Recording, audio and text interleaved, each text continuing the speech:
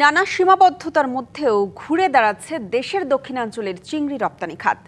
চলতি অর্থবছরের প্রথম 6 মাসে চিংড়ি ও কাঁকড়া সহ সাদা মাছ রপ্তানি ও আয় আগের বছরের তুলনায় বেড়েছে। তবে চাহিদামতো চিংড়ি না পাওয়ায় রপ্তানি এখনো পুরোপুরি স্থিতিশীল হয়নি।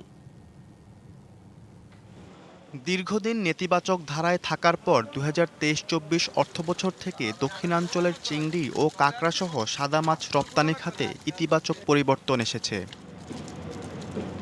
মৎস্য অধিদপ্তরের তথ্য অনুযায়ী 2025-26 অর্থবছরের প্রথম 6 মাসে দক্ষিণাঞ্চল থেকে চিংড়িসহ নানা রকম মাছ রপ্তানি হয়েছে 20,000 মেট্রিক টন। আয় হয়েছে 154 মিলিয়ন মার্কিন ডলার। 2024-25 অর্থবছরের একই সময়ে রপ্তানি হয়েছিল 18,000 মেট্রিক টন। এতে আয় হয়েছিল 142 মিলিয়ন মার্কিন ডলার। গত 6 মাসে বিগত অর্থবছরের একই সময়ের চেয়ে রপ্তানি বেড়েছে 2,000 মেট্রিক টন। তাতে বেশি আয় হয়েছে 12 মিলিয়ন মার্কিন ডলার।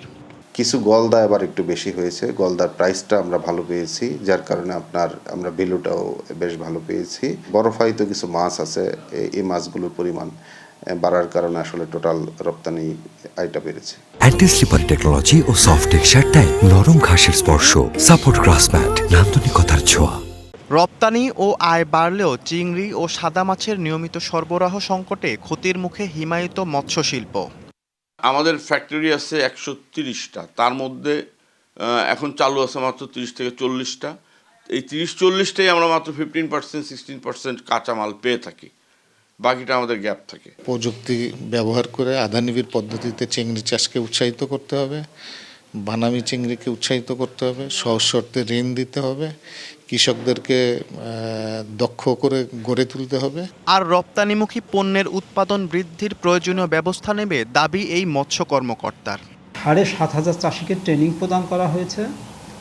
তাদেরকে ঘেরের গভীরতা বাড়ানোর জন্য তাদেরকে উদ্বুদ্ধ করে গভীরতা বাড়ানো হয়েছে এবং তারা বায়োসিকিউরিটি যেটা সেটাও মেনটেন করে এবং নিয়মিত খাবার প্রিবায়োটিক প্রোবায়োটিক প্রয়োগ করছে। আন্তর্জাতিক বাজারে বাংলাদেশের চিংড়ির চাহিদা রয়েছে ব্যাপক। উৎপাদন বৃদ্ধির প্রয়োজনীয় ব্যবস্থা নিলে দেশের চিংড়ি শিল্প আগের অবস্থায় ফিরবে, প্রত্যাশা সংশ্লিষ্টদের। DBC news desk.